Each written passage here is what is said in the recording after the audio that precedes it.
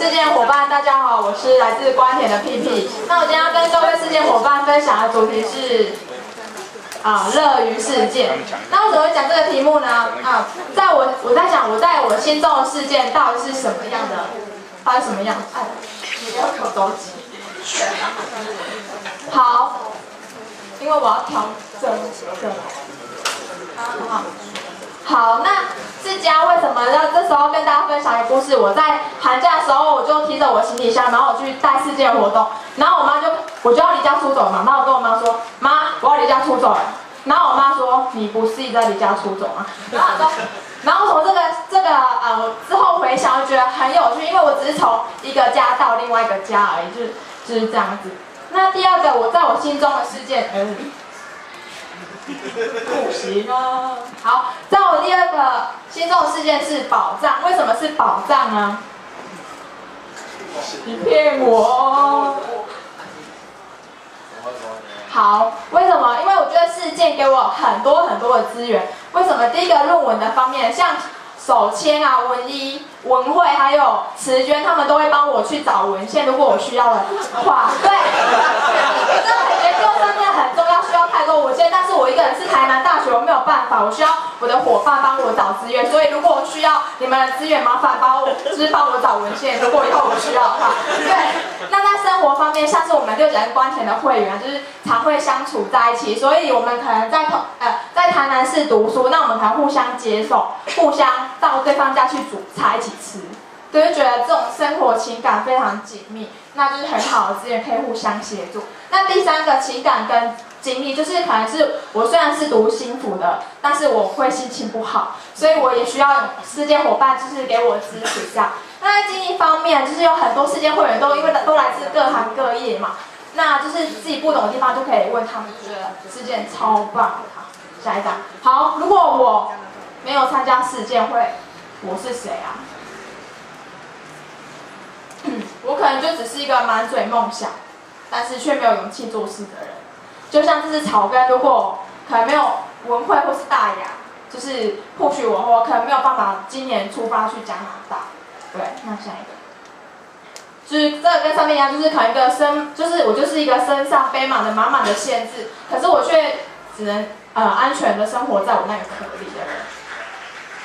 那有人会像我，如果不懂事件的朋友问我说，你们太夸张，是不是太爱事件啊？你们会有这种感觉吗？有时候会觉得，就别人会觉得很不可思议，你到底在做什么？可是我只能说，有一种感动是放在心中的，你们最知道。好，看到他，你会想起什么呢？是我。看到他，你会想到什么特质呢？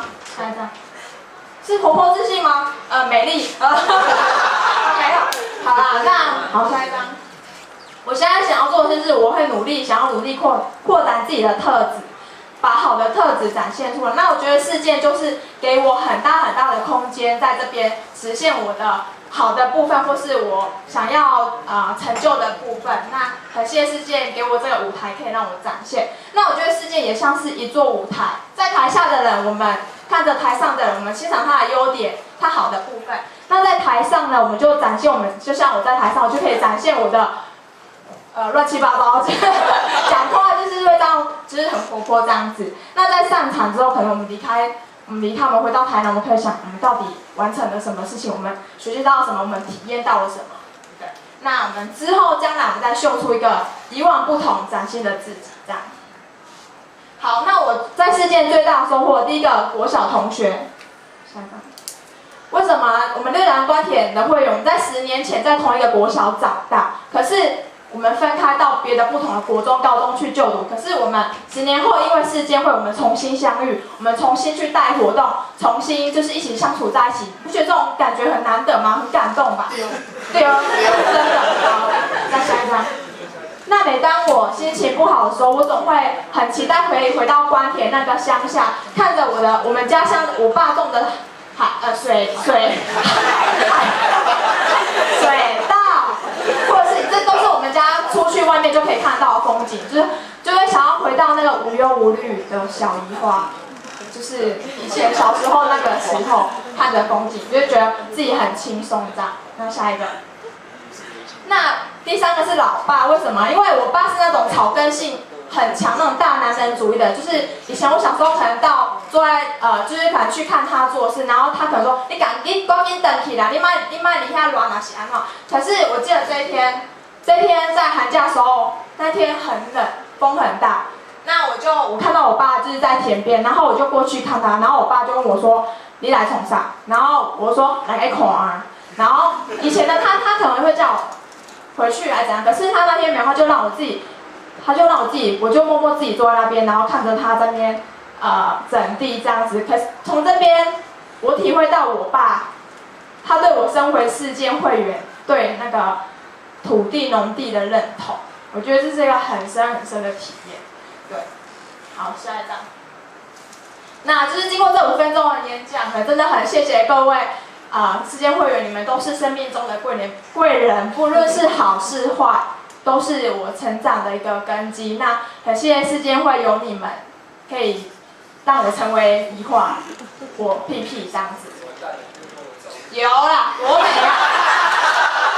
就是有些会，就是不好意思，做的很匆忙，所以就是有些可能没有这样好，但是你们永远都在我的心中哈。好，下一张，我是屁屁，我乐于世界，我乐于生活，所以我乐活世界，谢谢大家。